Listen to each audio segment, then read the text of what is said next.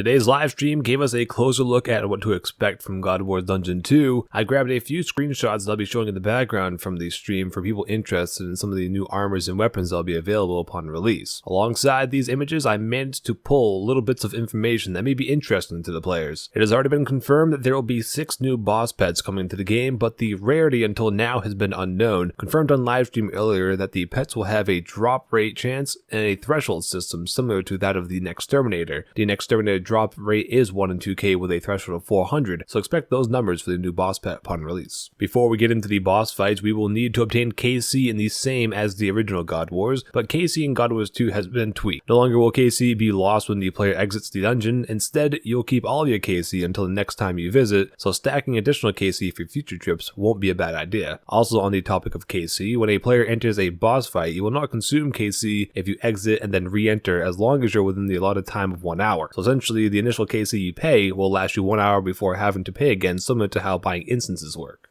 Gaining access to the new dungeon will be fairly easy for most, but even easier players who have unlocked the Max Guild, as the Max Guild bossing portal will have access to the dungeon. In terms of difficulty, this is a difficult question as many boss features different tactics and abilities, but in an attempt to place God Wars 2, it has been said to be somewhere between the original God Wars and Next. Now at first you may think that that's a huge gap, but it seems like the J-mods are leaning more towards a Next difficulty, not to worry players hoping to complete these fights if they can't defeat Next because tactics are different in this situation. Mod Robin did say in the stream as well that he killed one of the new bosses in 3 minutes, which should be easily achieved by not using max gear, and players using tier 90s should have kills in 1/3 the time. So in all, these new bosses won't exactly be pushovers, but will give some nice new content for solo PvMers looking to camp something just a little bit different. That's about all the information I collected from today's live stream, and I've missed a few bits like what level the equipment is due to confusion on my part and how it's made, but from the stream it sounds like it's going to be tier 80 and 85 type equipment released, and if I find any more information on this, I'll be sure to include it in a follow-up video. That's going to do it for me. Hope you guys enjoyed this video.